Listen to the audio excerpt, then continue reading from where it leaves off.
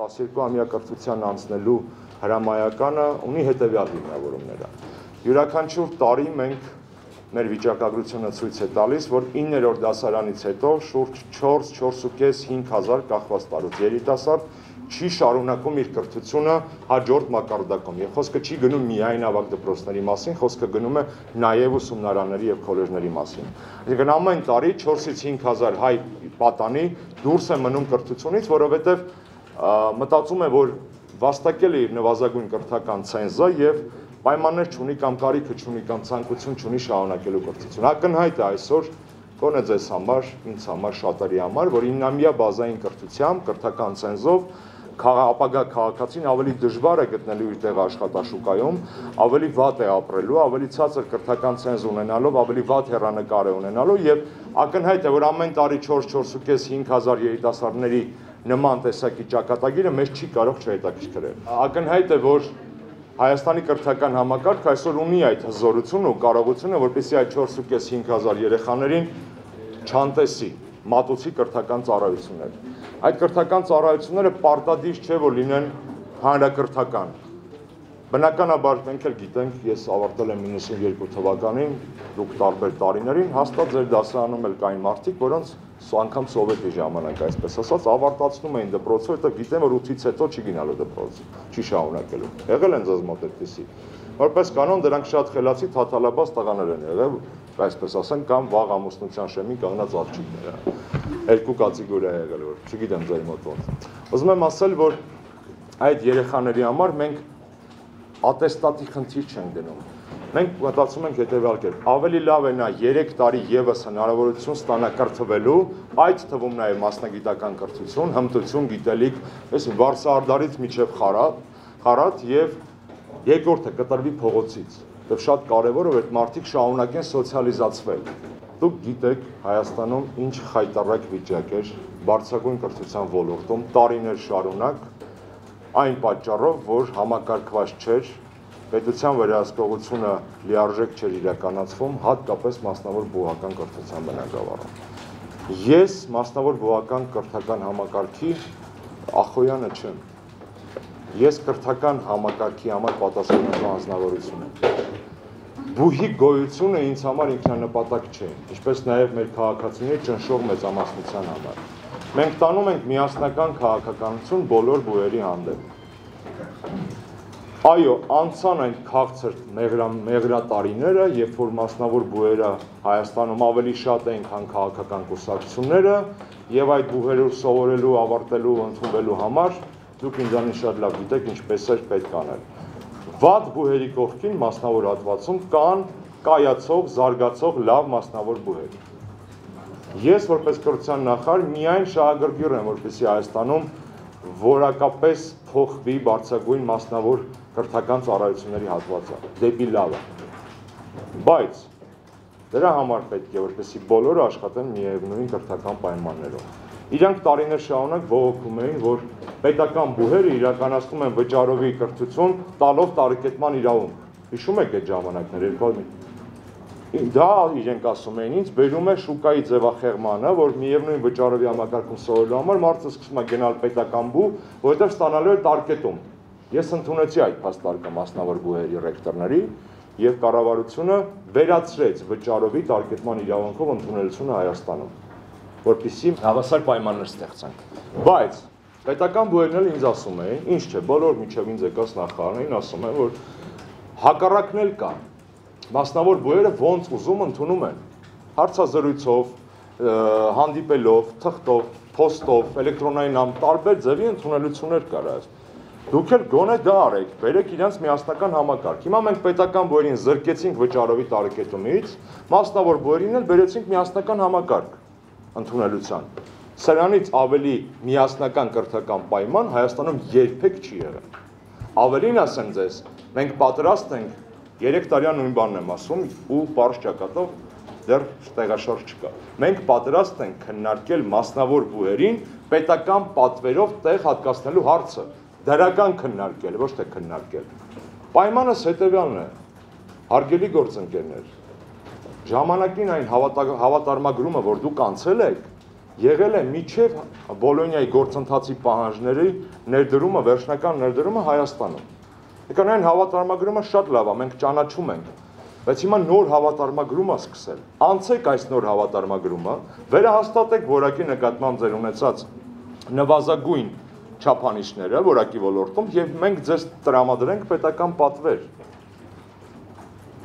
Ես կարծում եմ, որ մրցակցությունը միայն խթանում է կրթության որակի բարելավում։ Ես կողմնակից եմ, որ դաշտում մնան բոլոր այն մասնավոր բուհերը, որոնք կկարողանան ապահովել հասարակության եւ պետության ակնկալիքները ու պահանջները կրթության որակի հետ կապված։ Ինչ վերաբերում է Լոմոնոսովին, երբ որ Հայաստանում բացվում էր պետության աջակցությամբ, շահագրգռվածությամբ, մասնակցությամբ ամերիկյան համալսարանի անգլալեզու բակալավրիատը 4 տարով, 3 ֆակուլտետներով մի հատ այդ իմաստով ծպտում, բացական իմաստով չեղավ, ոչ ոք չգրեց, այս ինչ եք անում,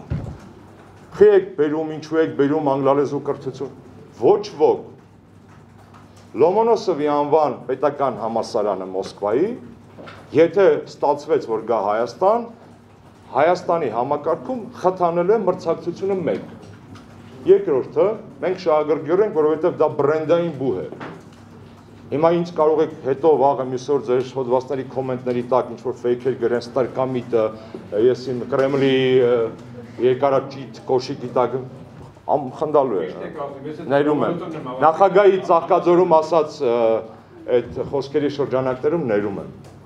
Բայց մասնագիտական առումով ոչ մի քննադատության դա չի դիմանում, որովհետև Լոմոնոսովի պետական համալսարանը գրում են չկա անգամ աշխարհի 100 բուհերի մեջ։ Կարելի է մտածել Հայաստանում կա առաջին 500 բուհերի մեջ բուհ գործող, որ այս մեկը 100-ի մեջ չուր մե թո չգա։ Այս մեկն էլ 200-ի մեջ է, ժողովուրդ։ Եթե նա գա Հայաստան, կլինի Հայաստանում ներկայացված ամենառեյտինգային բուհը, որ Հայաստանում ունի ներկայացվածություն։ Էս հա, ուզեք թե չուզեք։ Ռուսալեզու է, Լոմոնոսովը Արխանգելսկից է, ոտքով եկե, ինչով եկե, չգիտեմ, բայց այդ բուհը կլինի Հայաստանի համար, կրթական համակարգի համար ամենաբարձր վարկանիշ ունեցող միջազգային բուհի ներկայացվածություն։ Եվ կլինի, հիմա դրան անցնենք։ Բոլոր երկրներում, որտեղ Մոսկվայի պետական համալսարանը բացել է մասնաճյուղ, այդ պայմանագրերը ստորագրվել են, գիտեք ում հետ, ռեկտորը եւ ով։ Ռեկտորը եւ երկրների նախագահները Մոսկվայի պետական համալսարանի նկատմամբ ունեցած շահագրգռվածությունը միշտ դրսևորել է բարձրագույն պետական մակարդակով։ Մեզ մոտ մենք բանակցությունների ընթացքում բնականաբար կա կրթության գիտության նախարարություն, որը պետք է նման պայմանագրեր ստորագրի։ Երկրորդը, բոլոր այն երկրները, որտեղ գործում են տվյալ մասնաճյուղերը, բոլոր ֆինանսական ծախսերը հոգում են հենց այդ երկրները, որտեղ իրենք են շահագրգիռ, որ այդ մասնաճյուղը գա Հայաստան, իրենց երկիր, հա, իրենք շահագրգիռ են։ Երրորդը, բնականաբար Հայաստանը նման ֆինանսական միջոցներ չունի մասնաճյուղ բացելու համար։ Մենք ստանձնում ենք այդ պարտավորությունները, շատ լավ հասկանալով, որ դրա տակ կա նաև մեր համար զարգացման ծրագիր, որ բուն պետական միջոցներից Հայաստանը ֆինանսավորելու է այնպես, ինչպես ֆինանսում է մնացած բույրին, պետական պատվերը, ամերիկյանը կլինի, ֆրանսիականը կլինի, որ ուզում է լինի։ Մենք բնականաբար պետական միջոցներով, պետական մեր ապարատով բույրը լիցենզավորելու ենք, հավատարմագրենք եւ այլն, իսկ լրացուցիչ ֆինանսական միջոցներ մենք մասնավոր հատվածից կներգրավենք այս պրոյեկտի մեջ։ Մենք 5 տարիա բանակցում ենք մեր ռուս գործընկերների հետ։ Ես շատ ուրախ եմ, որ բանակցությունները եկան, հասան հանգրվանի, պայմանագրային հանգրվանի։ Նախագիծը արդեն հաստատվել է կառավարության կողմից, հավանության է արժանացել, կարծում եմ ռուսական կողմն էլ մոտ ապագայում, եթե դեռ հավանության չի արժանացրել այդ խնդիրը կքննարկի եւ եթե որ ասում են, որ սա նաեւ ռուս-հայկական հարաբերությունների մեջ դիտարկվող պրոյեկտ է, իհարկե այո։ Իսկ ինչու ֆրանսիական համալսարանը հայ-ֆրանսիական հարաբերությունների մեջ դիտարկվող պրոյեկտ չէ։ Իսկ ինչու ամերիկյան համալսարանը բացառապես կրթական հաստատություն է իր կարևորությամբ մեզ համար, իհարկե ոչ։ Նույն այդ բոլոր միջպետական կամ միջազգային բուհերը, ես դա հպարտությամբ ասում եմ, երկու տարբեր Հայաստանի եւ տվյալ երկրի համագործակցության այցեքարտերից մեկն են, այո։ Երբ որ ռուսական կողմը նույնպես այդ հավանություն տա այդ պայմանագրին եւ մենք ինչ որ մի առիթով բարձրաստիճան միջպետական հանդիպումների շրջանակներում, ինչպես որ կազմակերպվում են համաձայնագրերի ստորագրումները, այդ համաձայնագրերի ստորագրումը կազմակերպեն։ Ինչպիսի մասնագիտություններ են լինելու, ես առիթ ունեցել եմ ասել, ինչպես հասարակագիտական, այնպես էլ բնագիտական։ Հարց վերաբերում է, որ տնտեսագիտական համալսարանում Սաղմուլիկին անվազգան պրոյեկտը նշանակելու այդ որոշմանը, ըստ դուք տեղյակ եք արդյոք դուք մասնակցություն եք այդ որոշմանը եւ ինչ արժանիքի հիման վրա նրան պրոյեկտը նշանակեցին արդյոք իր կատարած սխալությունները ու դրանով ինչ եք ուզում ասել երիտասարդությանը, բուհի ուսանողությանը։ Ես չէի պատասխանի այդ հարցին, եթե դուք այդ հարցը չտայիք եւ եթե չներ իմ լավ վերաբերմունքը ձեզ։ Ես չեմ պատասխանում ոչ մի հարցի, որտեղ մարդկանց արժանապատվություն են վիրավորում։ Անկախ նայած կիսում են այդ մարդու քաղաքական հայացքը, թե չէ։ Մականունով դիմելը, ինքներդ ձեզ բաներ հորինել հետո այդ եթե այդքան հետաքրքիր է ձեզ այդ հարցը, այդ մարդու անազգանում կհիշեք, Սևակ Խաչատրյան։ Երկրորդը, ախացություն չի խառնվում բուհերի կադրային քաղաքականության մեջ, բացարձակապես եւ ոչ մի պարագայում։ Սա պաշտոնական պատասխանն է։ Բայց մի հատ այս ամբողջը դնում ենք մի կողմ ու հիմա պարզ խոսում ենք։ Եղել են դեպք, որտեղ մարդիկ իրենց ամբողջությամբ ճիշտ չեն դրսևորել, որի համար հետո ներողություն են խնդրել։ Հիմա դուք ինչ եք պատրաստում ձեր ողջ կյանքի ընթացքում հետապնդել այն մարդուն, այդ մարդկանց իրենց ողջ կյանքի ընթացքում։ Ես չեմ կարող դա հասկանամ ուղղակի։ Ինչ է դա նշանակում։ Մենք ազգային ժողովի պատգամավորներ ունենք, որ ամնիստիայի տակ են ընկել, ներվել են։ Կներեք։ Ես չեմ հասկանում այն մաղձը, որ կուտակված է այն մի որոշ հատվածի մոտ, որ չեն կարողանում ներել։ Այդ կլինի տվյալ մարդկանց, կլինի ուրիշ մարդկանց։ Բազմաթիվ վիդեոներ կան YouTube-ում, տեսանյութեր, որտեղ նույն շատ այնց սանձարձակ ձևով, շատ ավելի սանձարձակ ձևով ինչ-որ ակտիվիստներ վիրավորում են ոստիկաններին։ Այդ մարդկանց նկատմամբ տենց հետևող, գիտեք իրենց մականունը ինչ եք դուք դնելու, հա, գիտեք, ենթադրենք, հա։ Ներողություն խնդրել են այդ մարդիկ երբևէ ոստիկանից, հասարակությունից։